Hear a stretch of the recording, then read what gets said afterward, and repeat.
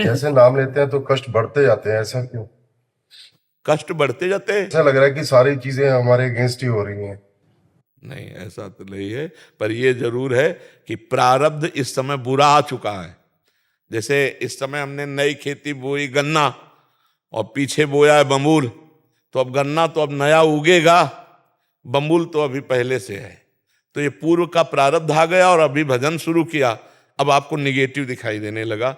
और अगर पूर्व का प्रारब्ध सही है तो आप घोर पाप अभी करो तो आपको कोई कष्ट नहीं होगा, क्योंकि वो पुण्य जो है ना वो आपको बचाएगा, वो आपको फलीभूत करेगा। लेकिन जिस दिन वो नष्ट हो जाएगा और ये नई खेती पाप की और पुराना पाप, तो बम ब्लास्ट ऐसा होगा कि न इस लोक के रह जाओगे ना परलोक के रह जाओगे।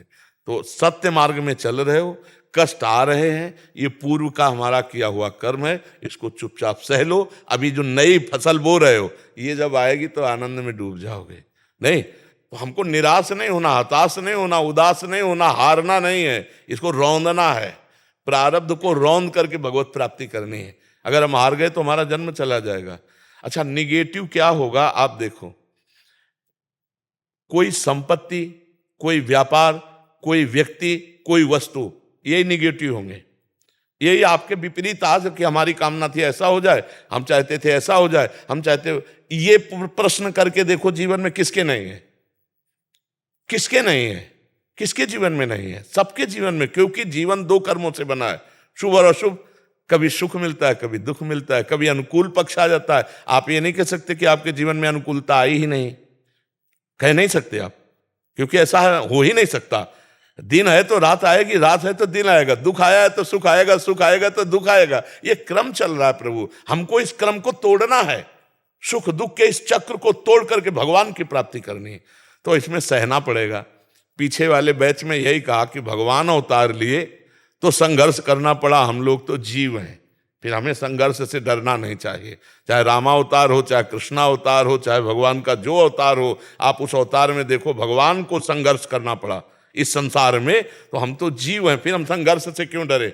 जब संसार का मालिक आता है तो उसे संघर्ष करना पड़ता है, फिर हम तो उनके ध्यांस हैं, तो हम संघर्ष से नहीं डरेंगे, दुख से नहीं डरेंगे, हम आगे बढ़ेंगे। आगे बढ़ो, नाम मत छोड़ना, नाम मत छोड़ना। नाम छुटाने के लिए माया आपको ऐसा दर्शन करा रही है कि नाम जब जब से शुरू किया तब से बुरा, कभी कभी संयोग लग जाता है। जैसे अब कल से आपका बुरा प्रारब्ध शुरू है, अब आज आप सत्संग सुने हो, कल से गीता भागवत सब लेके घर गए और विपत्ति शुरू, ये मरा वो, ये तो ये हुआ यार, जब से भागवत आई है घर में, जब से गीता और जब से सत्संग सुना है, चैन खो गया, गंगा जी में पधराया। ये है माया भगवान की। अब वो संयोग नहीं जाना, और आपने फ्रॉड किया, गलत किया, असत्य किया, अधर्माचरण किया, और आपका संयोग लग गया पुण्य का, और आपका अच्छा अच्छा होने लगा, आपने यार बाजी जीत गए। ये माया का खेल है, इसको समझना होगा। ये अगर समझ, ये रहस्य रघुनाथ कर बेग ने जाने कोई, और जो जाने रघुपति कृपा तो सपने मोह न हो। बहुत बढ़िया चलो, नाम जप करो, अच्छे आचरण करो, और बुरे आचरणों का जो हमें फल मिले उसे भोग लो, तो आगे जो आएगा वो बड़ा मंगलमय आएगा। और अभी नाम छोड़ दोगे तो फिर वही आचरण है, तो हमारी नई खेती फिर बर्बाद हो जाएगी। और पता नहीं मनुष्य शरीर मिले कि ना मिले भाई, बड़ा दुर्लभ है मानो दे। तो हमें लगता है राधा राधा तो बोलते रहो, चाहे दुख में हो चाहे सुख में हो, आगे बड़ा मंगल होगा। हम लोग आगे के लिए वर्तमान में कष्ट सह लेते हैं। एक आदमी लेबरी कर रहा था हितधाम में, तो दोपहर के कड़क धूप, और वो बीड़ी पीने लगा, तो उसका जो क्या कहते हैं, जो ठेकेदार, वो आया, उसको गाली दी, वो काम में लग गया। वो जब चला गया तो उसके पास गए, हम कहा आप इतनी मेहनत करते हो, गाली दे रहा था, आप जवाब नहीं दे सकते? बोले बाबा शाम के 500 रुपया मिलेंगे, अगर उससे हम गाली के बदले गाली देंगे, थप्पड़ मार के भगा देगा, तो 500 रुपये के लिए वो धूप सह रहा है और गाली सह रहा है।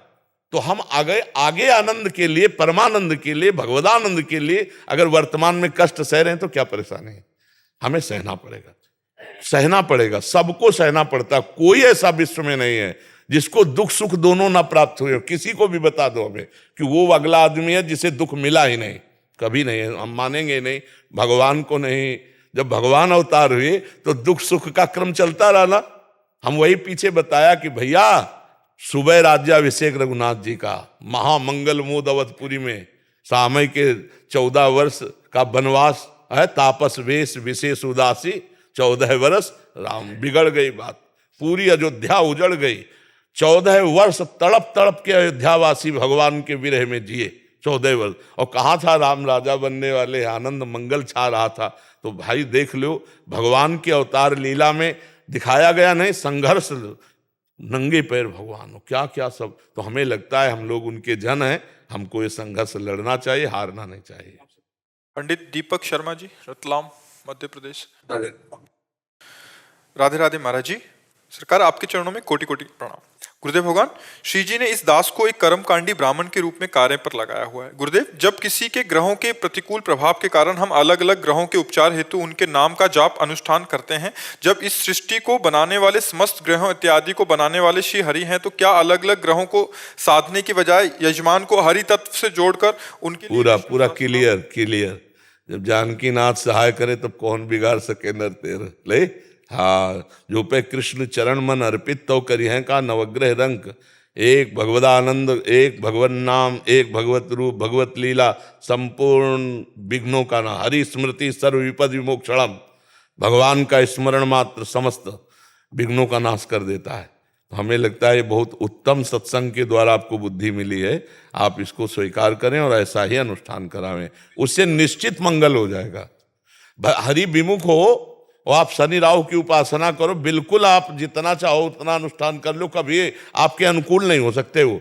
और 7.5 ही शनिचर लगा हो और भगवान की आराधना कर रहा तो कुछ नहीं बिगाड़ पाएगा, आप समझे। ये सब लोकपाल, बड़े बड़े देवता, बड़े बड़े नक्षत्र, ये सब भगवान। देवराज इंद्र की पूजा रुकवा दी ठाकुर जी ने, जब देखा त्रिभुवनपति का अभिमान है, रुकवा दी। ब्रज में बाबा से कहा ये जो पुआ खीर सब बना रहे हो ये किसकी पूजा के लिए? तो कहा देवराज इंद्र की पूजा के लिए। तो भगवान ने उपदेश किया और कहा देवराज इंद्र की पूजा नहीं होगी, गिरिराज गोवर्धन की पूजा होगी।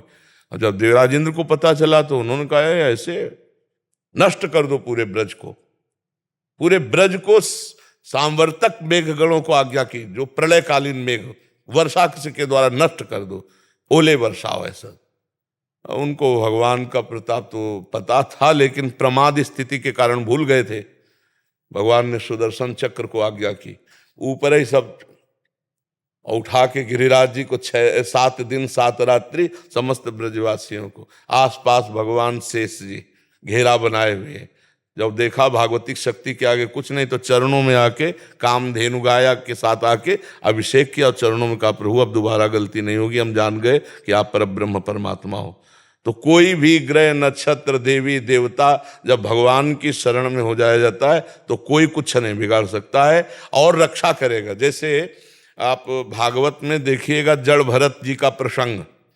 जड़ भरत जी को एक काली उपासकों ने, दस्युराज था तो उसने संकल्प किया था कि यदि संतान होगी तो हम नर बलि देंगे। तो संतान हो गई तो एक आदमी को पकड़ के ले आए और वो आदमी को बढ़िया सब खान पान के लिए फ्री कर दिया। तो जो खवा रहा था उसने कहा खाओ, इसके बाद गड़ासा भी चलेगा, तुम्हारी बलि दी जाएगी। अब वो अवसर निकाल के भाग निकला। अब उन जो दस्यु के अनुचर थे उन्होंने कहा तो हम ही को बलि चढ़ा देगा। अगर हमने कहा कि भाग गया है वो, तो जल्दी ढूंढो। तो देखा तो ये ब्रह्मबोध संपन्न महापुरुष जड़ भरत जी शरीर भाव से ऊपर उठे हुए एकदम। अरे कहा इससे बढ़िया कोई अब होगी बलि। पकड़ लिया, बांध लिया। तो महापुरुष उन्होंने सोचा प्रारब्ध है, ले गए, स्नान कराया, खीर पुआ पवा, खूब आराम से खा लिया, तिलक लगाया। और जे ही देवी के सामने गर्दन झुकाई तो देवी की प्रतिमा में ऐसी जलन पैदा हुई कि देवी प्रतिमा फोड़ करके प्रकट हो गई और वही तलवार लेकर अपने ही पूजकों को काट डाला। जड़ भरत जी के प्रसंग में देखना, जो भगवान का भक्त है, जो ब्रह्म ज्ञानी है, उसको कोई ग्रह नक्षत्र देवता उसका कुछ बाल बाका नहीं कर सकते, क्योंकि सब में ब्रह्म बुद्धि रहती, भगवत बुद्धि रहती। तो हमें लगता है सही उपचार यही, हरि स्मृति सर्व विपद विमोक्षणम। समस्त दुखों से बचने का उपाय एकमात्र भगवान के चरण है। हाँ, चरणों का चिंतन करना ही समस्त दुखों से मुक्त होना है। ऐसे भगवान से विमुख रहो, चाहे जितना आप किसी को अनुकूल करने की कोशिश करो, कोई जा पर कृपा राम की हुई ता पर कृपा करे सब कोई, यह सिद्धांत समझ ले। बहुत उत्तम बात है जी। हेमविज जी, न्यू दिल्ली से। राधे राधे। स्वामी जी, मन में बिल्कुल स्थिरता नहीं है, कैसे स्थिरता लाएं? किसी का स्थिर नहीं है। साधना से स्थिर होता, किसी का स्थिर नहीं है। पानी को कहीं भी छोड़ो नीचे ही जाएगा। अगर पानी को ऊपर चढ़ाना है तो यंत्र की जरूरत है? नहीं, यंत्र की जरूरत है। अब मन को कहीं भी छोड़ो विषयों में जाएगा। अगर उसको भगवत मार्ग में चढ़ाना है तो मंत्र की जरूरत है।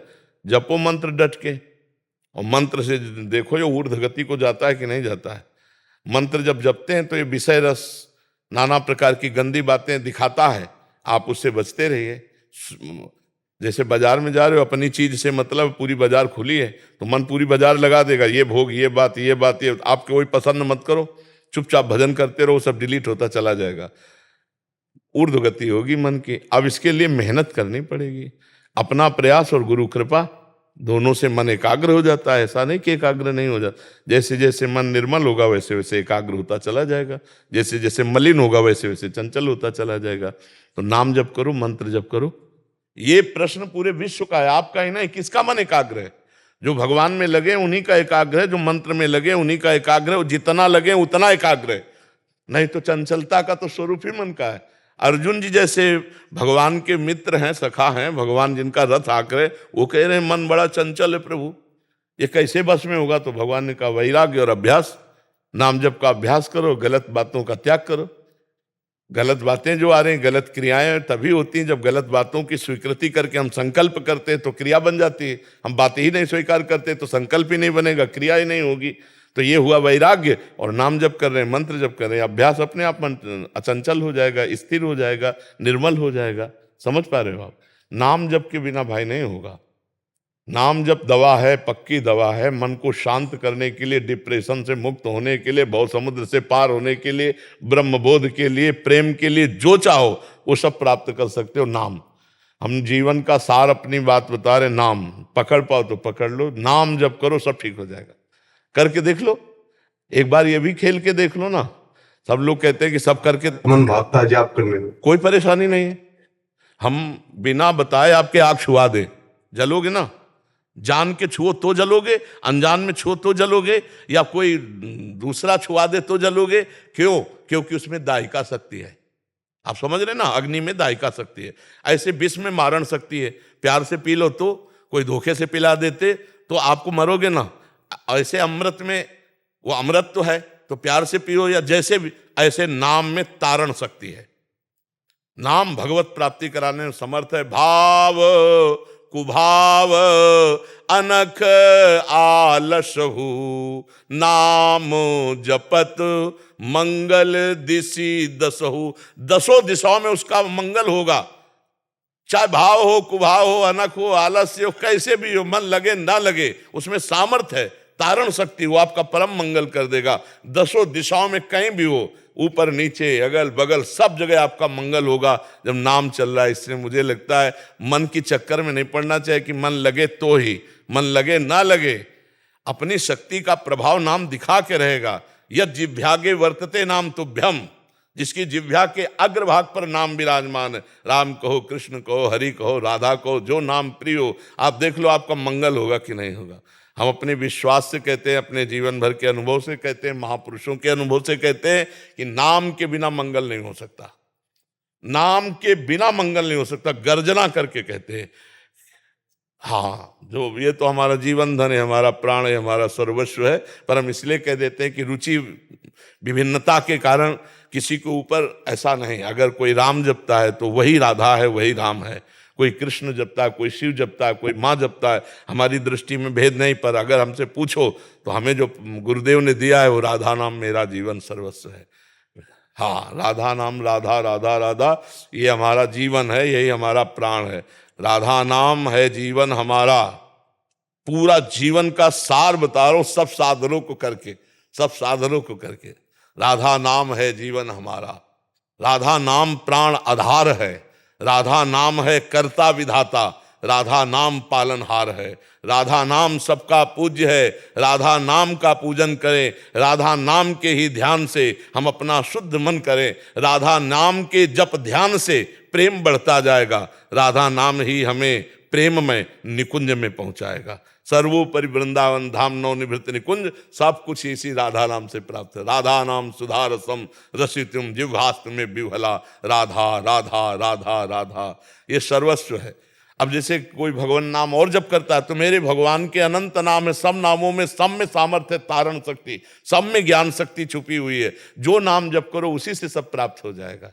पूरा जीवन श्री जी को सेवा में, राधा बाग श्री जी का, वहीं रहना विरक्त भाव से, जल पुष्प और सब श्री जी की सेवकाई में पूरा जीवन जो है, अब वृद्धावस्था है, पूरा जीवन लाडली जी महाराज की सेवा में लगा दिए। घर परिवार से किसी भी तरह का कोई संबंध नहीं, कोई मतलब भगवान की बड़ी विशेष कृपा होती तब ऐसे जीवन अर्पित, और बड़ा फक्कड़ जीवन, मतलब न एक ईंट रखवाए न एक रुपया, पूरा जीवन भिक्षावृत्ति से जीना और लाडली जी की सेवा करना। अब तो वृद्ध शरीर हो गया। ललित सिंह जी जयपुर से। राधे राधे। राधा वल्लभ श्री हरिवंश महाराज जी, दंडवत प्रणाम। महाराज जी, प्रेम प्राप्ति में सुख की आशा बाधक क्यों है? क्योंकि सुख देह धर्म से युक्त है और प्रेम भागवत धर्म से युक्त है। समझते हो? प्रभु से प्रेम होता है तो प्रेम गलियति साकरी तामे दोनों समाये। प्रेम में दो वृत्तियां नहीं चल सकती, अपना सुख और इष्ट का सुख नहीं चल सकता। अपना सुख तो देहाभिमान युक्त भोगानंद जो है ना, और परमात्मा सुख तो देह भाव विस्मृति, पांचों भूले देह शुद्धि, देह शुद्ध विस्मृति प्रेमानंद भगवदानंद। इसलिए प्रेम में स्वसुख वांछा बाधक है, तत्सुख भाव पूरक है। स्वसुख वांछा देह भाव को लेकर के है, इंद्रियों को लेकर के है। जो भगवत सुख का आनंद लिया जाता है वो स्वसुख वांछा नहीं, वो तो हमारी आत्मा है। आत्मा हरिवंश प्रगट परमानंद श्री हरिवंश प्रमाण मनम, हमारी वो तो आत्मा, जो आत्म सुख भगवत सुख है। जैसे हम प्रभु के ध्यान में सुखी हो रहे हैं तो ये तत्सुख है। तत् माने प्रभु, उनको प्रभु सुख है। और ये पर सुख है, देह पर है, जगत पर है, ये पर सुख है। पर सुख का मतलब हम स्वसुख में आए तो हम गए, और तत्सुख भगवत सुख है। तत् माने परमात्मा सुख, तत्सुख परमात्मा सुख। तो अगर हम परमात्मा सुख में डूबे हुए तो प्रेम में डूबे हुए हैं, और देह भाव में डूबे हुए तो भोगानंद में डूबे हुए हैं। खान पान देखना सुनना ये सब जितने सांसारिक भोग हैं, शब्द स्पर्श रूप रस गंध, इनसे राग होता है, मोह होता है, आसक्ति होती, प्रेम नहीं होता। प्रेम तो सिर्फ प्रभु से होता है। संसार में यही जो प्रेम फैला तो उसको राग कहा गया, मोह कहा गया, आसक्ति कहा गया। और जब वो परमात्मा की तरफ गया, प्रियालाल की तरफ गया, तो वो प्रेम कहा गया। प्रेम में स्वसुख वांछा नहीं होती। सेवक सुख चाहे मान भिखारी, सेवक बन करके अपना शरीर सुख चाहे तो सेवा कैसे कर पाएगा? तो इसलिए स्वसुख वांछा बाधक है। अब आगे बढ़ोगे तो खुद दिखाई देगी स्वसुख वांछा कितनी बाधक। अब हम अपने सुख के किसी एक इंद्रिय सुख में फंस जाए तो प्रियालाल का विस्मरण होने लगेगा, प्रियालाल की सेवा सुख की भावना नहीं बन पाएगी। अपने सुख का चिंतन, ये खाना, ये देखना, ये भोगना, किसी एक वृत्ति में फंस जाए तो प्रेम में बाधा खड़ी हो जाएगी। जब सर्वेंद्रियां पूरा मन अपने इष्ट में, सुधो चले आपने धर्म रसकन सो प्रीतम का है, कबहू काल वृथा नहीं जाए। एक सेकंड भी ना अपना शरीर का चिंतन ना भोगों का चिंतन, एकमात्र भगवत चिंतन, तब प्रेम प्रगटता है। ऐसे थोड़ी प्रेम प्रगटता है, वो कहे दो चार बूंद आंसू आ जाना प्रेम थोड़ी है। प्रेम का मतलब है आठों पहर अपने इष्ट के चिंतन में बढ़्यो आनंद मोद सबके, महाप्रेम सुरंग रंगी, और न कछु सुहाय तिनको जुगल सेवा सुख पगी, निशिदेव से जानत नाहि सजनी, एक रस भींजी रहे गोप गोपिन आदि दुर्लभ, ते सुखे दिन प्रति लहे। बढ़्यो आनंद मोद सबके, महाप्रेम सुरंग, महा आनंद महाप्रेम प्रिया जी के चरणों से है। पर वहां तक पहुंचने के लिए पहले दूरादपास से स्वजनान, पहले अपने पारिवारिक सुखों का त्याग करें, फिर अर्थ के द्वारा प्राप्त करोड़ों प्रकार के सुखों का त्याग करें, फिर साधना के द्वारा प्राप्त सुखों का त्याग करें, तब प्रियालाल के सुख को प्राप्त होता है। दूरादपास स्वजनान सुखमर्थ कोटिम, सर्वेषु साधन वरेषु चिरम निराशा, वर्षंत में सहजाद्भुत सौख्य धाराम, श्री राधिका चरण रेणु मनुस्मराम। अब देखो, जैसे प्रियालाल की आप भक्त हो तो भगवत चर्चा हो रही है, अब यहाँ कोई विषय चर्चा करने लगे तो आपका मन जाएगा? नहीं जाएगा ना। एक एक इंद्री संभल गई। ऐसे हम प्रियालाल का ध्यान कर रहे हैं, हमारे सामने कोई कितना भी प्रिय आवे अच्छा नहीं लगेगा। ऐसे हम प्रियालाल का उच्छिष्ट पा रहे तो हमें कोई अन्य भोग नहीं। ऐसे संपूर्ण इंद्रियां प्रियालाल में लग जाए तो सुख वांछा कर, फिर क्या सुख नहीं मिलता, क्या अपार सुख मिलता है। वो भगवत सुख है। विषय सुख त्याग की बात कही गई, समझ रहे हैं आप। विषय सुख का भोगने वाला भगवत प्रेम में नहीं जाता है। जो नहीं खान पान ते भावे है, नहीं कोमल वसन सुहावे है, सब विषय लगे ते खारा है, हरि आशिक का मगन्यारा है। नारायण हरि भजन में पांचों न सुहात, विषय भोग, निद्रा, हंसी, जगत प्रीति, बहुबात, ये अच्छा नहीं लगता प्रेमी जनों को। अपने आप से सुख वांछा का नाश हो जाता है। अब खूब चाहे या खान पान सुख चाहे अपने, तिनको प्रेम छुअत नहीं सपने। जो हमें अच्छे अच्छे भोग मिले सर वो प्रेमी नहीं, ये विषयी पुरुष है, भगवान की आड़ में वासनाओं का खेल खेल रहा है। समझ पा रहे आप जी। जगते भयो फिरे वैरागी, तब वृंदावन रस में अनुरागी। प्रियालाल के प्रेम में तब जब संसार का राग हटे तभी तो। अगर संसार के राग में फंसा है तो फिर प्रेम नहीं। समझ पा रहे आप, कोई संशय? जब प्रेम में अष्ट विकारों का होना आवश्यक है। भैया जब बुखार आ जाएगा तो सारे लक्षण आ जाएंगे। वो होना क्या, करना पड़ता है क्या? विकारों का जो अष्ट विकार प्रेम के हैं वो विकार तो नहीं, वो तो निर्विकार है, पर उनको कहा जाता है अष्ट सात्विक भाव कहे जाते हैं उसमें जो आता है। तो जब बुखार आएगा तो उसके लक्षण नहीं आ जाएंगे, तो जब प्रेम आएगा तो उसके लक्षण अपने आप आ जाएंगे। ये मतलब कोई हमारी क्रिया थोड़ी है, वो तो स्थिति है। जब प्रेम आता है तो प्रेम का स्वभाव होता है, वो एक भी कामना नहीं रहने देता। कामना रहितम, माया के 3 गुण है, गुण रहितम, सूक्ष्मतरम, अनुभव स्वरूपम, प्रतिक्षण वर्धमानम, ये प्रेम का लक्षण है। जहां प्रेम आया तो रुदुस्वरम राजन, वो भगवान के लिए रोता है, कभी नाचता है, कभी गाता है, कभी हंसता है। छिन छिन रुदन करंत, छिन गावत आनंद भरी, छिन छिन हार हसंत, ये जो कृपा हरिवंश की, छिन छिन विहरत संग, छिन छिन निरखत प्रेम भरी, छिन जस कहा। तब अब स्थिति आ गई तो अपने आप कभी रोमांच हो रहा है, कभी कंपायमान है, कभी रुदन कर रहा है, कभी एक अलौकिक दशा में बैठा हुआ, बाहरी कोई प्रेम का लक्षण नहीं, अंदर भाव समाधि लगी हुई है। ये सब स्थिति में होता है। उसमें थोड़ा है कि अष्ट सात्विक विकार करना पड़ता है क्या, ये तो फिर नाटक हो जाएगा। वो होता है, वो स्थिति होती है उसकी। समझ पा रहे हैं आप जी। नवीन ठकराल जी। राधा वल्लभ श्री हरिवंश महाराज जी। महाराज जी, साधक संजीवनी जी के एक अध्याय में एक श्लोक में व्याख्या में बोला है कि ब्रह्म को निर्गुण निराकार, परमात्मा को सगुण निराकार और भगवान को सगुण साकार बताया। महाराज जी, ब्रह्म, परमात्मा और भगवान में क्या अंतर है, इसके बारे में? वाटर, पानी, तोय, जल, इनमें क्या अंतर है? बस इतना है। योगी उसे परमात्मा कहते हैं, ज्ञानी उसे ब्रह्म कहते हैं, भक्त उसे भगवान कहते हैं और प्रेमी जन उसे लाडले कहते हैं। हमारे लाडली लाल की जय। तो यहाँ भगवान भी नहीं कहते, यहाँ तो प्यारे राधा वल्लभ लाल की जय, प्यारे बांके बिहारी लाल की जय, प्यारे राधा रमण लाल की जय, ऐसा यहाँ नहीं कहेंगे। भगवान राधा वल्लभ लाल की जय ऐसा कहेंगे तो समझ लेना बाहरी है, वो अपने वृंदावन का प्रेमी नहीं है। यहाँ तो लाल कहा जाता है, लाडले कहा जाता है, लाडली जो कहा जाता है।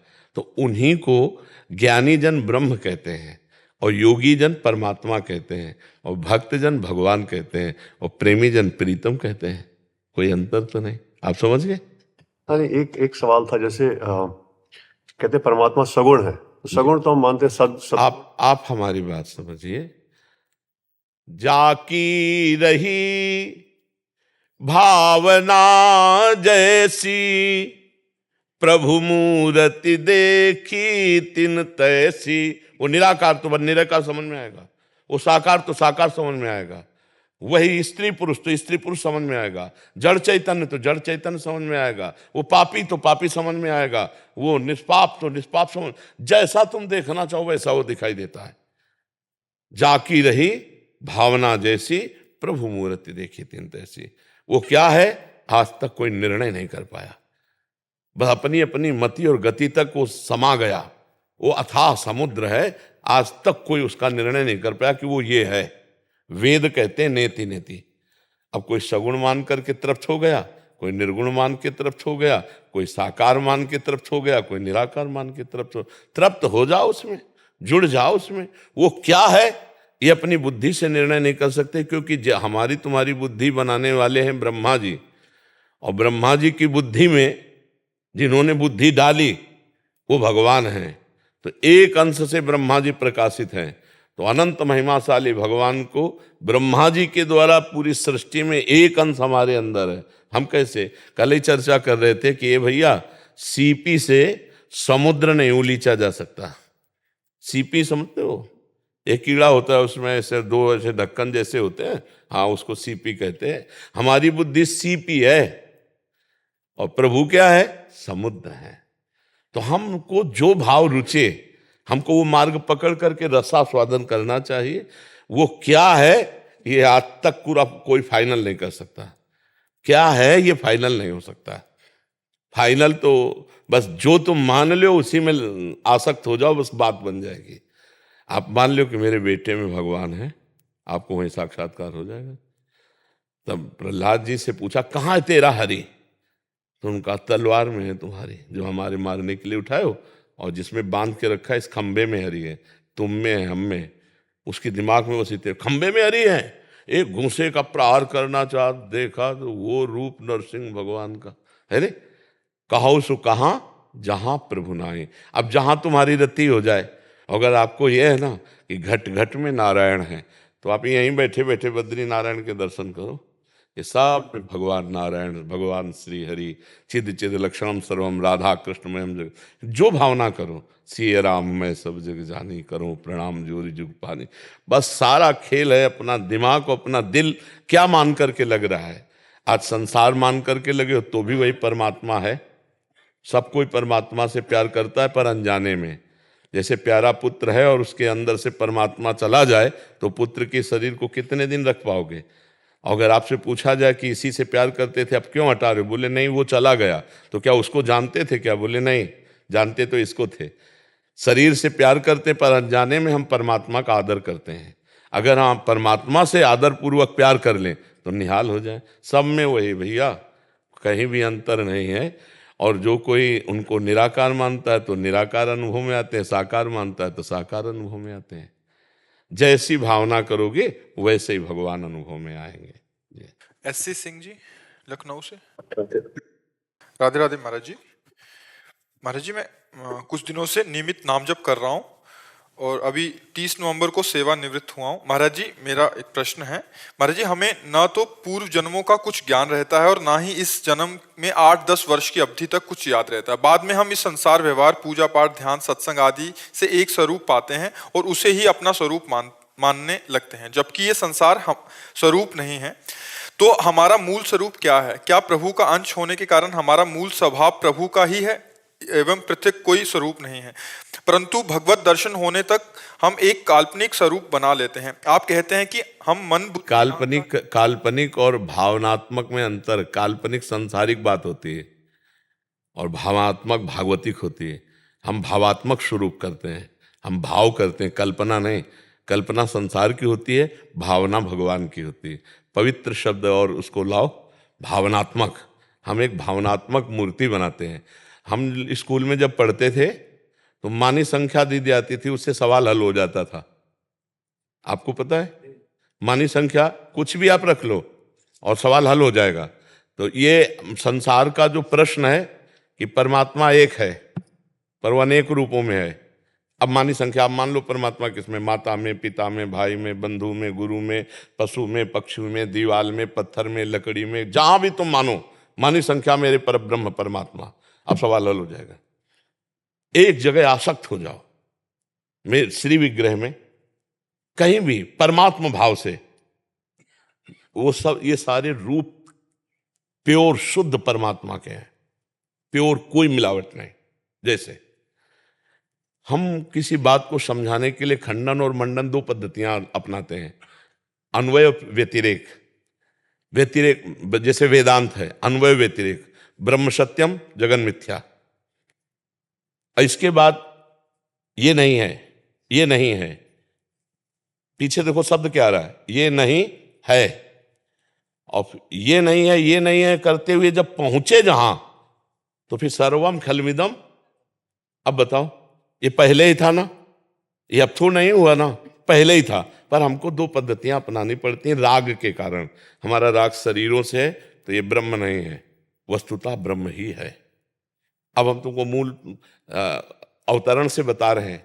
ब्रह्म मूल प्रकृति, त्रिगुणात्मिका प्रकृति, मूल प्रकृति से त्रिगुणात्मिका प्रकृति, फिर उससे महातत्व, महातत्व से अहंकार, अहंकार से त्रिगुण अहंकार, त्रिगुण अहंकार से ये सब पंचभूत आदि, और पंचभूतों में ये सब रचना देख रहे हो। जब समेटता है तो पंचभूत त्रिगुण अहंकार में, त्रिगुण अहंकार मूल अहंकार में, अहंकार महातत्व में, महातत्व त्रिगुणात्मिका प्रकृति में, त्रिगुणात्मिका प्रकृति मूल प्रकृति में, मूल प्रकृति में ब्रह्म। तो ये सब है क्या? वही तो परिवर्तित होता रूप में, रूपांतरण होता चला रहा है। तो सर्वम वासुदेवा सर्वम। अब बताओ कहाँ कहाँ हमें खोजने जाना, पर हमारा विश्वास नहीं है, हमारी श्रद्धा नहीं इन रूपों में, क्योंकि हमने पहले से सुन रखा ये मायामय रूप है, ये सब परिवर्तनशील है। तो अंदर जब हम अपने आप को ढूंढ नहीं पाए, कई साल हो गए आपको शरीर में रहते हुए? 61 वर्ष में 1 सेकंड भी आप अपने से नहीं मिले। हाँ, इसकी खोज ही नहीं की आपने। रुपया की खोज की, पद की खोज की, प्रतिष्ठा की, दुल्हन की, बच्चा की, सम्मान ले। सच्ची मानिएगा, आपने कभी व्याकुल होकर खोज ही नहीं की अपनी। अब अपनी खोज ना होने के कारण हम परमात्मा की खोज की तरफ कदम बढ़ाएं, तो ये ऐसा खेल है कि बीच में शीशा रखा है, जैसे दो दिखाई दे रहा है, एक मैं और एक ये, और शीशा हटाओ तो केवल मैं। गीता गायक भगवान श्री कृष्ण कह रहे हैं, जब सृष्टि नहीं थी तो मैं था, जब सृष्टि नहीं रहेगी तो मैं ही रहूंगा, तो बीच में मैं ही मैं हूं। तो ये अंतःकरण चतुष्टय जो है, परिचय जानते हो? मन बुद्धि चित्त अहंकार, अंतःकरण ये दर्पण की भांति है। इसी में आत्मस्वरूप का प्रतिबिंब पड़ते हुए जो मैं है, वही हमें फंसाए हुए है, वही हमें फंसाए हुए कि मैं स्त्री, मैं पुरुष, मैं ये। इसी मैं को मिटा दे, दर्पण हटा, तो शुद्ध मैं जो है वो ब्रह्म स्वरूप है, उसमें और परमात्मा में अंतर नहीं है। ब्रह्मविद ब्रह्मवि भवति। तो अगर ब्रह्म नहीं होता तो क्या किसी क्रिया से ब्रह्म बन जाएगा? गोस्वामी जी कह रहे जानत तुम्हें हो जाए, तो पहले से ही वही था, उसमें कोई परिवर्तन होता क्या? आत्मस्वरूप अपरिवर्तनशील है, वो चैतन्य घन है, वो एक रस है, वो चिदानंद है। बस ये बात है, वो जो है तत्त्वमसि, तत्त्वम असि, वही तुम हो। पर ये सवाल हल नहीं हुआ अभी सवाल हल नहीं हुआ, अभी साधना करनी पड़ेगी। इसीलिए साधना करनी पड़ेगी, खूब संसार के चिंतन को छोड़कर भगवत चिंतन परायण रहो। कोई नाम ले लो गुरु से, कोई रूप ले लो भगवान का, तो मानी संख्या नाम रूप से सबका स्वरूप निराकार है।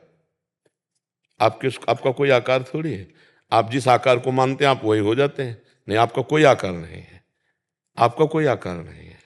आप जो आकार दें, जैसे भक्ति में भी है तो सखा भाव, वात्सल्य भाव, शब्द समझना, ये क्या है? भाव है ना। तो जो भाव आरोपित करोगे आपका आत्मा वही हो जाएगा। आपने आरोपित किया कि मैं सखा हूं भगवान का, तो आत्मस्वरूप सखा हो गया। आपने आरोपित किया मैं दास हूं, तो दास हो जाएगा। आप आरोपित करो मैं वही हूं, तो वही है।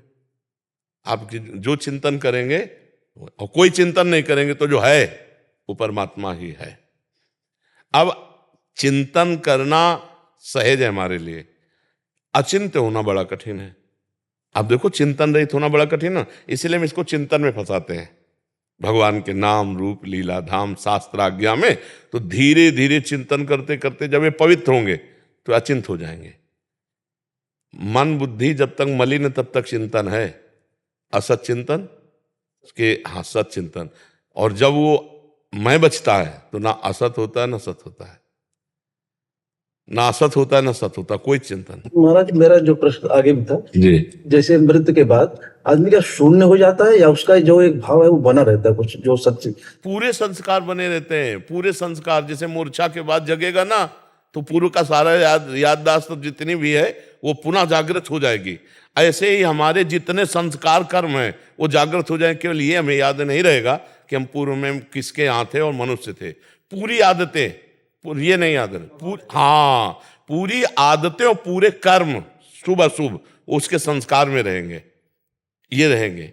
वो बस उसको ये स्मृति नष्ट हो, जैसे इसी जन्म की हमें स्मृति नहीं, माँ के गर्भ में हम थे 9 महीने, क्या स्मृति है क्या? ये बहुत छोटी स्मृति अपनी देख लो इसी जन्म में कि हमारी माँ की स्मृति नहीं है कि हम माँ के गर्भ में कैसे कष्ट सह रहे थे। तो हम पूर्व जन्म की बातें क्या जाने। ये बड़ी कृपा है भगवान ने जो विस्मरण करा दिया।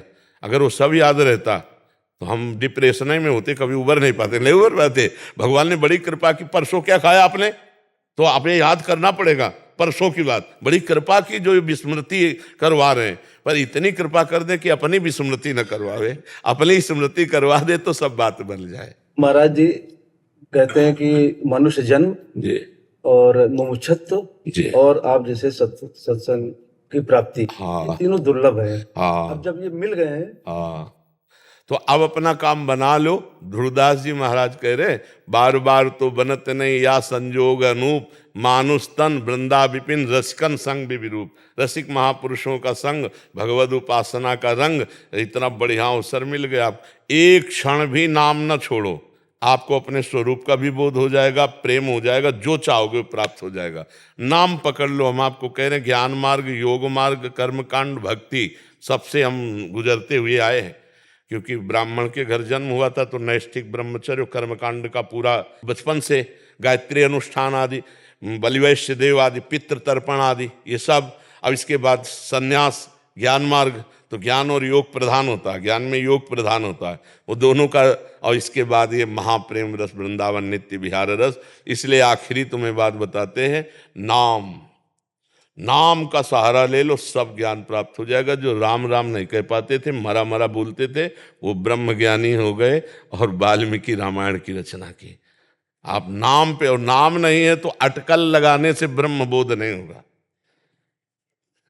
ये नाम के द्वारा गति प्राप्त होती है। जब हृदय में एकदम कोई आकांक्षा नहीं, विनिवृत्त कामा और अद्भुत आनंद, तो उसी आनंद में अपने स्वरूप का बोध होता है। अपने को द्वारा, अपने स्वरूप, इंद्रियों के द्वारा या मन बुद्धि के द्वारा नहीं होता। स्वरूप बोध अपने आप से अपने आप का होता है। मन बुद्धि की ताकत नहीं है स्वरूप तक पहुंचने की। समझ रहे हैं? खूब नाम जप करो, पहले साधन करो तो साध्य तक पहुंचा जा सकता है। मयंक जी हरियाणा से। राधा वल्लभ श्री हरिवंश महाराज जी।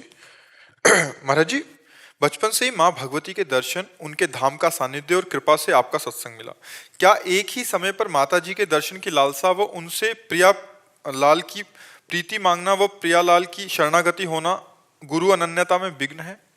हमें लगता है अनन्यता तो वही है कि अन्य न रह जाए चिंतन में। अन्य कोई है नहीं, वही वो है, इसी का नाम अनन्यता है।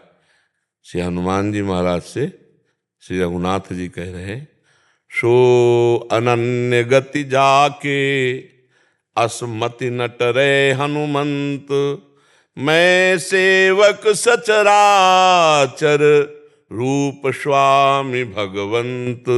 हम जिस भाव में हैं वही भाव चराचर जगत में फैल जाए तो उसे अनन्यता कहते हैं। अन्य कोई रह ही न जाए। जैसे हम देवी माँ के उपासक हैं तो देवी प्रपन्नार्ति हरे प्रसीद, प्रसीद मातर जगतो खिलस्य, प्रसीद विश्वेश्वरी पाहि विश्वम, त्वमीश्वरी देवी चराचरस्य।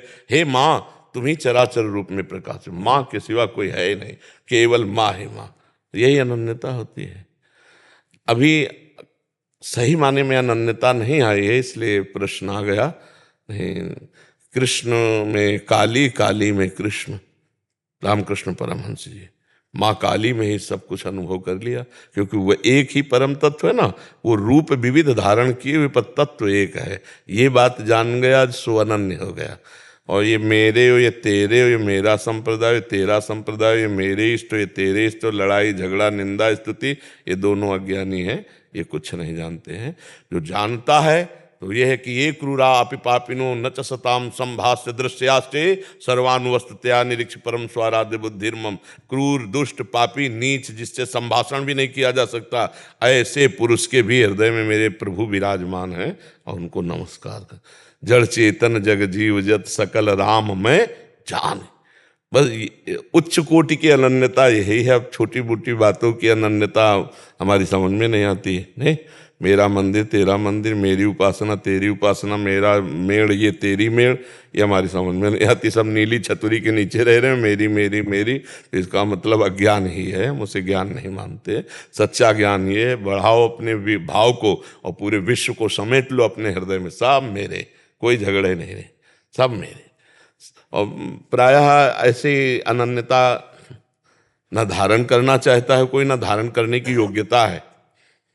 जहां देखो वहां मेड़ की बात हो रही, मेड़ बात रखे, ये वो बस कुछ नहीं। लड़ाई झगड़ा निंदा स्तुति सब, ये जिधर देखो उधर कूड़ा करकट दिमागों में फैल रहा है। अनन्यता के नाम पर कट्टरता और एक दूसरे की निंदा स्तुति, इसे अनन्यता आना हमारे शास्त्र में कही गई है।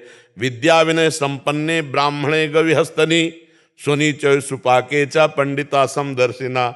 विद्या विनय संपन्न ब्राह्मण में, गाय में, कुत्ते में, चांडाल में, सब में, हाथी में एक ही परमात्मा को जो देखता है वही सच्चा देखता है, वही ज्ञानी है, उसी की दृष्टि है। तो शास्त्र क्या कह रहे हो, हम क्या समझ रहे हैं? तो भला अनन्यता को कैसे समझ पाएंगे हम?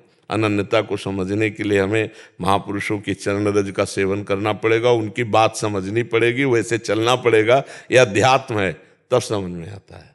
आप समझ पा रहे हैं जी?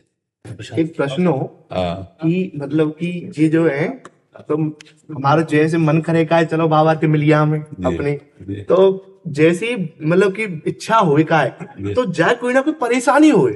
जैसे कि अब के लास्ट में जब आएगा जब जाके पसली में लग गई तो ये आई ना पाई हो कि मैं कितना बड़ा कपटी हूँ, तो वो दिक्कत रह रही है। पर हम ये जरूर कहते हैं कि जब हम सत मार्ग में कदम उठाते हैं तो कुछ न कुछ विघ्न हमें रोकना चाहते हैं। तो हमें विघ्नों से हारना नहीं है और इसको इस तरह लेना चाहिए कि जैसे पसली पे लगा तो हमारी बहुत बड़ी कोई अंग टूटने वाला था तो हमें थोड़ा सा झटका दे दिया, क्योंकि हम सत मार्ग में जाना चाहते थे। हम संत दर्शन या भगवंत दर्शन, ये बड़े सौभाग्य का विषय होता है।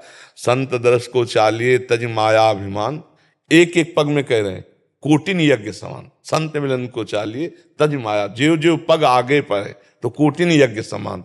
तो भगवान और भगवत प्रेमी संतों के भाव में जाने के लिए अगर कोई विघ्न पड़े तो उसको निगेटिव कभी न ले कि यार जब जब सोचते हैं बाबा के लिए तभी खतरा हो जाता है, तो सोचा ही मत। ऐसा ले बाबा, लोगों का कितना भी भला करो तो बुराई लास्ट में मिलती है, ऐसा क्यों? देखो इसमें भी थोड़ा सुधार कर लो कि नेकी कर दरिया में डाल। नेकी करने वाले से धन्यवाद लेने की इच्छा मत रखो। अगर धन्यवाद लेने की इच्छा रखोगे तो दुखी हो जाओगे। ये संसार है, तुम पानी पिलाओगे और बाद में तुम्हें जहर पिलाने की सोचेगा, ऐसा संसार है। पर हम अपना कर्तव्य करें। जैसे एक बिच्छू गंगा जी में बहती जा रही थी तो एक साधु ने निकाला तो उसमें मारा, फिर गिर गई, फिर निकाल ले। तो एक आदमी ने कहा जब मारते तो क्यों निकाल ले? तो उनका उसका स्वभाव है बिच्छू का, हमारा स्वभाव साधु स्वभाव, हम निकाल के रहेंगे चाहे जितना मारे। तो जैसे आप लोग भगवत पार्षद हो, दूसरे का हित कर रहे हो, तो उनका स्वभाव अगर दुष्ट है तो आपके प्रति दुष्टता का ही व्यवहार करेंगे। आप प्रसन्न भाव से सह जाओगे तो आपको श्री कृष्ण कृपा मिलेगी। स्वर्णिमा मिश्रा जी प्रयागराज से। राधा वल्लभ श्री हरिवंश महाराज जी, आपके चरणों में कोटि कोटि प्रणाम। महाराज जी, भक्ति किसी दूसरे देवी देवता के प्रति हो और जिन्हें गुरु रूप में स्वीकार करना चाह रहे हैं वो किसी अन्य देवी देवता का नाम की दीक्षा दे रहे हो, तो ऐसी परिस्थिति में गुरु दीक्षा हेतु क्या करें? नहीं लेना चाहिए। इष्ट मिले और मन मिले, मिले भजन रस रीति, तहा निशंक है मिलिए, तासों कीजे प्रीति। हमारा मन राम जी के चरणों में, हमको कोई और मंत्र दे तो रुचि नहीं रहेगी ना। और रुचि ही भगवत प्राप्ति कराती है। हमारी रुचि अगर संसार में है तो संसार का विषय आनंद, प्रभु में है तो भगवतानंद। अब हमारे प्रभु के विविध अवतार हैं, विविध रूप हैं, विविध लीला हैं। तो अगर हमारा जहाँ आसक्ति हो हमें कोशिश करना चाहिए उसी आसक्ति से युक्त गुरु की प्राप्ति। इष्ट मिले और मन मिले, मिले भजन रस रीति। अगर ऐसे अनजाने में प्रवचन सुना और गुरु मंत्र ले लिया और फिर बाद में आप उन पर मंत्र पर नाम पर दो कि हमारी तो अमुक पर और ये तो अमुक उपदेश किए हमारा, अब फिर खिचड़ी मन हो गया। अब मतलब आपका भजन परिपक्व नहीं होगा, अपराध बन जाएगा। इसलिए हम कहते कहते जल्दी गुरु मत करो, पहले समझो क्या उपासना है, क्या इनका उद्देश्य है, क्या है। अगर हमारा मन नहीं मिल रहा है तो हम और संत देखें। बहुत से संत भगवान हैं जो हमारे उपासना के अनुकूल मिल जाएंगे। हमको अपनी उपासना के, अगर हम एकदम कोरे कागज हैं तो कोई बात ही नहीं है, किसी संत महापुरुष के शरण में लेके चल दे। लेकिन अगर अपनी रुचि बन चुकी है कि हमारी राम जी में रुचि है, हमारी श्याम जी में रुचि है, या हमारी अमुक, तो फिर अपनी रुचि के पुष्ट करने वाले गुरुदेव को वरण करना चाहिए। उससे उपासना में बहुत रंग आ जाएगा। विपरीत चिंतन करने में बहुत कठिनता आ जाती है। समझ किसका प्रश्न है? तो आप समझ पा रहे हैं? हाँ, तो ऐसे ही संत का वरण करो, ऐसे गुरुदेव का वरण करो जो आपकी उपासना के अनुकूल आपको उपदेश दे सके। आयुष मल्होत्रा जी। राधे राधे महाराज जी। महाराज जी, अगर हार जाएं तो जीते कैसे? अपने ऊपर भरोसा कैसे करें? हमने तो कभी हार मानी नहीं, हजारों बार हार के अवसराय पर हार मानी नहीं। मुझसे जीत का एक इशारा माना। जब हार होती तो हम उसमें ढूंढते हैं कि मेरी हार कहाँ से हुई, कौन सा पॉइंट है जिसमें हमसे चूक हो गई, तो हमारी जीत का वो कदम बनेगा। हार को हमने कभी हार माना नहीं, कभी निराश नहीं हुई, कभी हताश नहीं हुई। जिद्दी स्वभाव, ये हम अपने लिए नहीं कह रहे, ये उत्तर दे रहे हैं हम आपको। हाँ, हार को कभी हार मानना नहीं, निराश नहीं, उदास नहीं, हताश नहीं। हार गया तो मैं किस पॉइंट से हारा मुझे देखना है। मेरे अभ्यास में कमी हुई या मेरे अंदर प्रमाद स्थिति आ गई। हम इसे भाग्य नहीं मानते। भाग्य को तो झाड़ू लगा के कोने में रखना है, नहीं तो भगवत प्राप्ति भाग्य से नहीं होती। हमारा भाग्य कितना बड़ा, पीछे का कर्म ही तो है। हम इतना विशाल कर्म करेंगे कि उसे दबा देंगे, राधा राधा राधा। और चूक कहाँ हुई? रात दिन अपने कर्तव्य कर्म के अभ्यास में दृढ़ हो जाए तो सबसे ज्यादा प्रवीण हो जाएगा। अभ्यास में बहुत बड़ी ताकत है, बहुत बड़ी ताकत। आंख मूंद करके आदमी को लिटा करके आसपास नारियल रख करके वो गन से मार रहा है, जरा चूक जाए तो उसकी खोपड़ी फट जाएगी। अभ्यास योग युक्त चेत सा नाम गामिना। अर्जुन जी को अभ्यास से दिव्य बनना हुआ। जब देखा कि दीपक बुझ गया और भोजन का कवल मुख में ही गया, तो अर्जुन ने कहा ये ऐसा कैसे हो गया?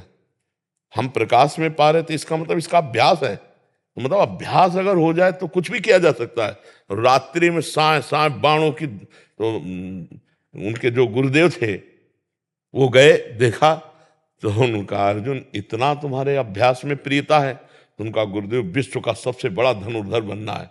तो द्रोणाचार्य जी ने कहा मैं आशीर्वाद देता हूं तुम्हारे अभ्यास को देखकर कि विश्व में तुम्हारे जैसा धनुर्धर कोई नहीं होगा। तो हम भी भगवान के अंश हैं यार।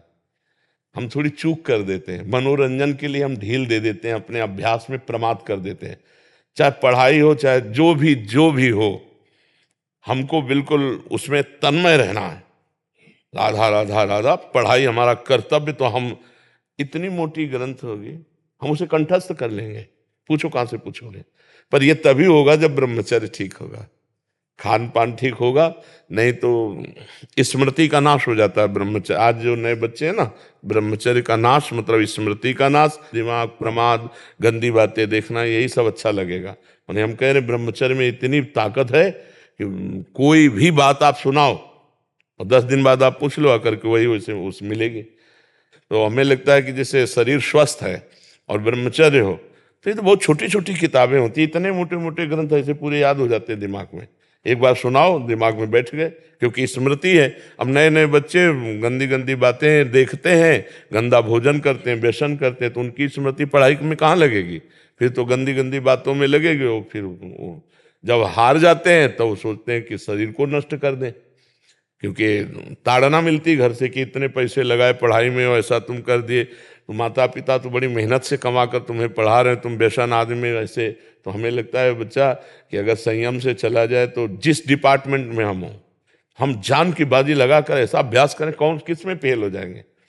ये बाबागिरी कोई छोटी मोटी युद्ध वाली बात नहीं, बहुत बड़े युद्ध की बात है, बहुत बड़े युद्ध की बात है।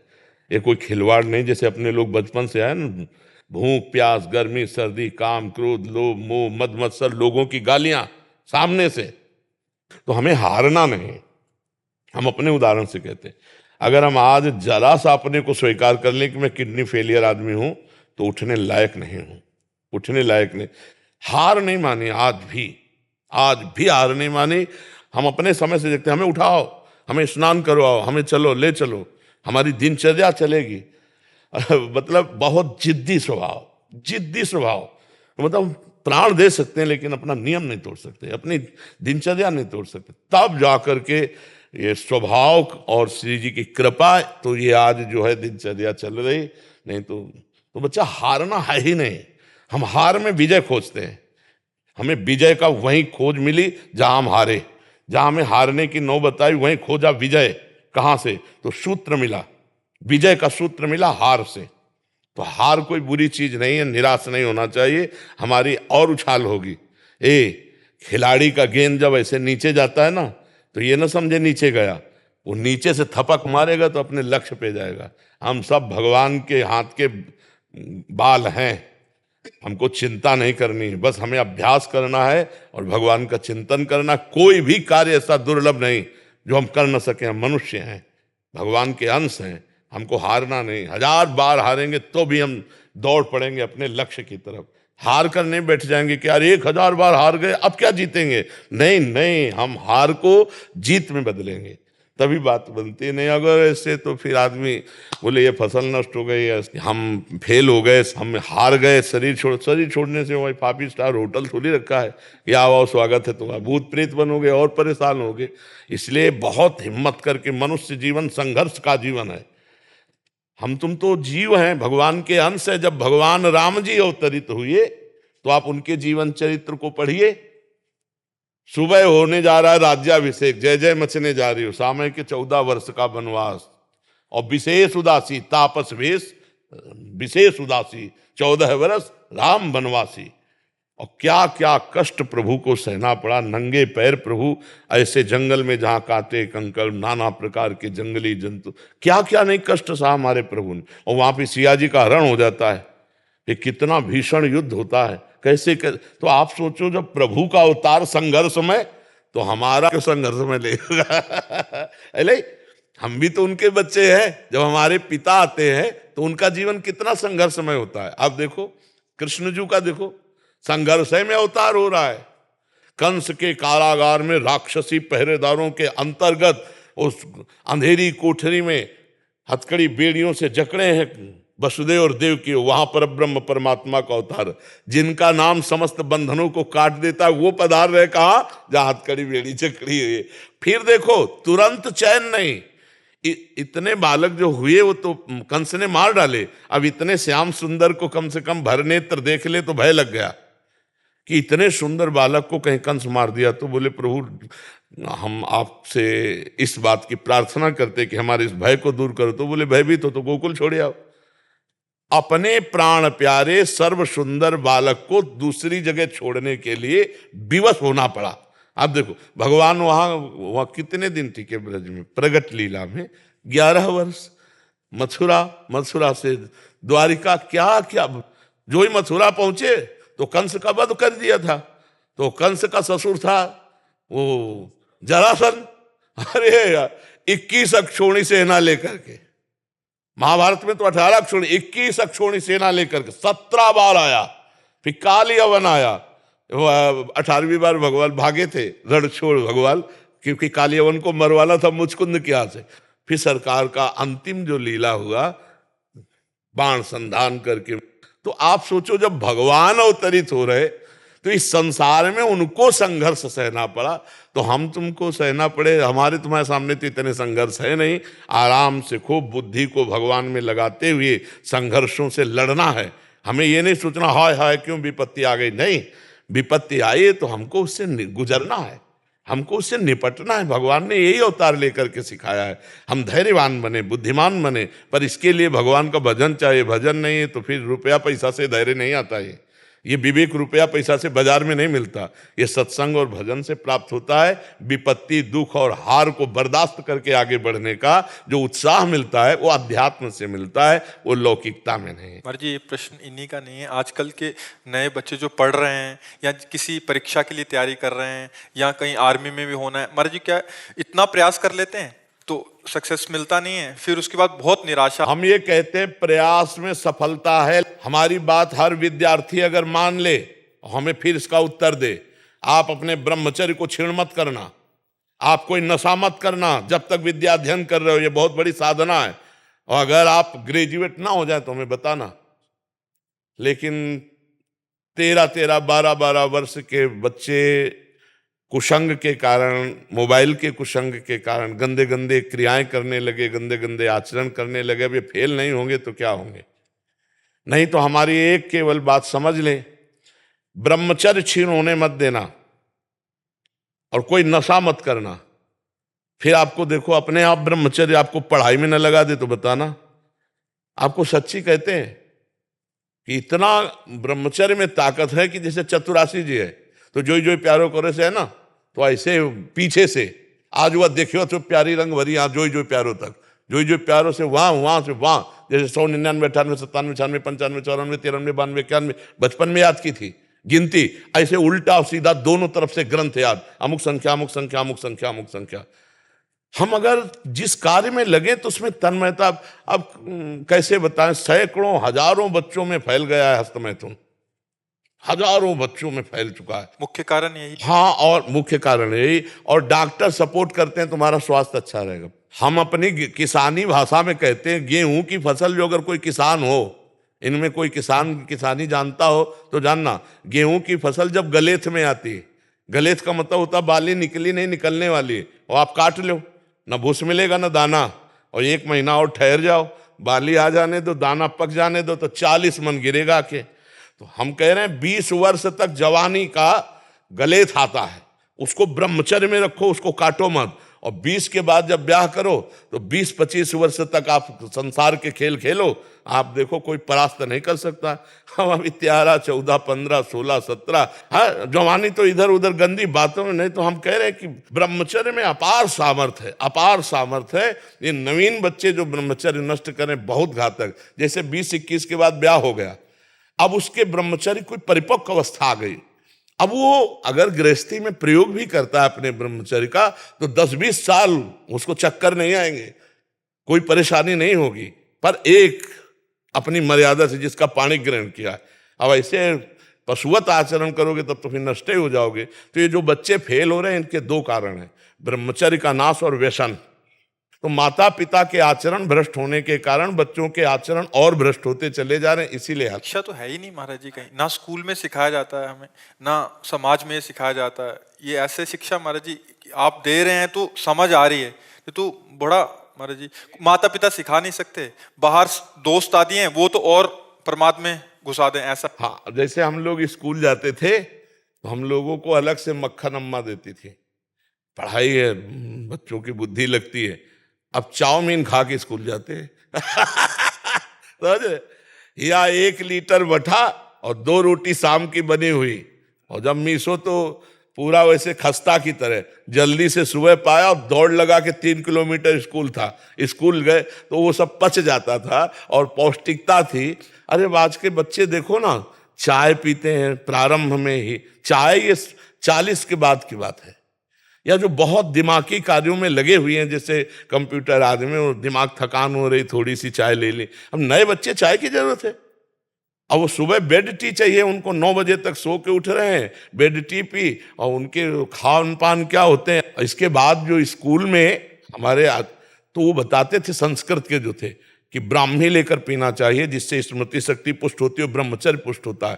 तो ऐसा खान पान रहता था। अब खान पान में क्या रह गया, आप देखो खान पान में क्या रह गया। तो हमारे बच्चों की भविष्य खतरे पे है।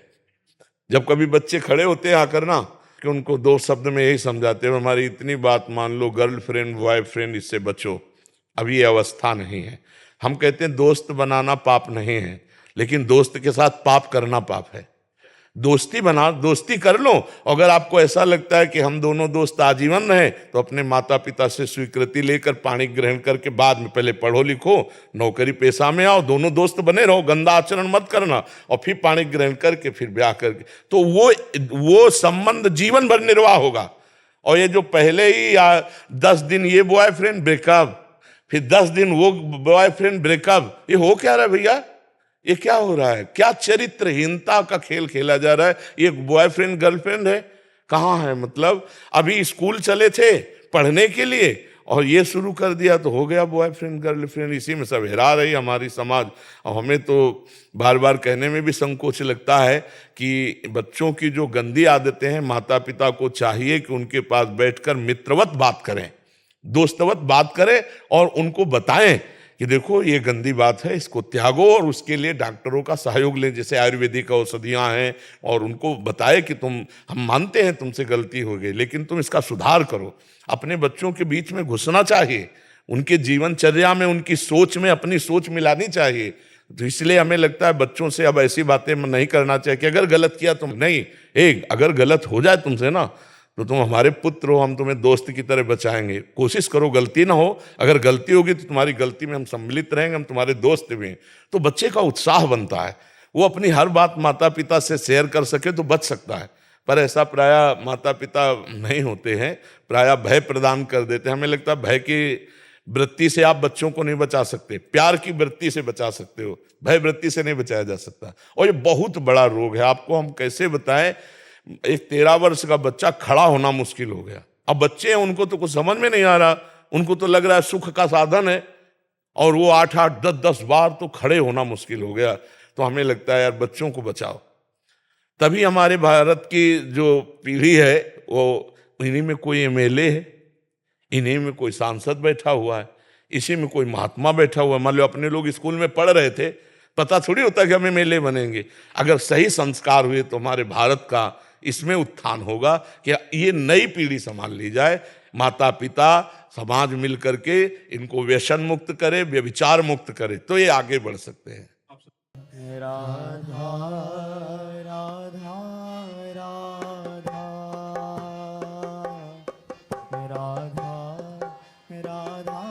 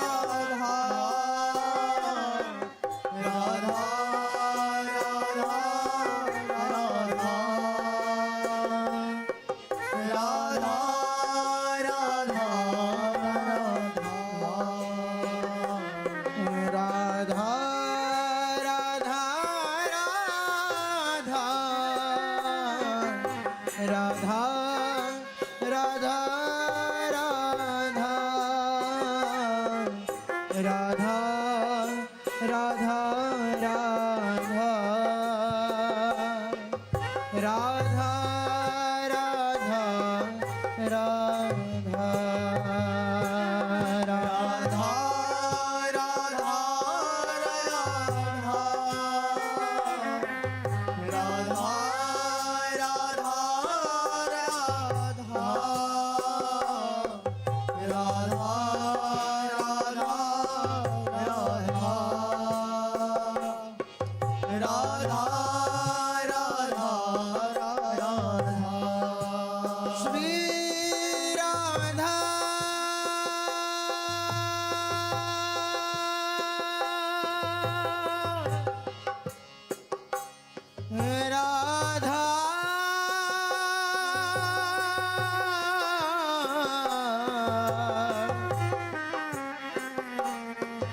राधा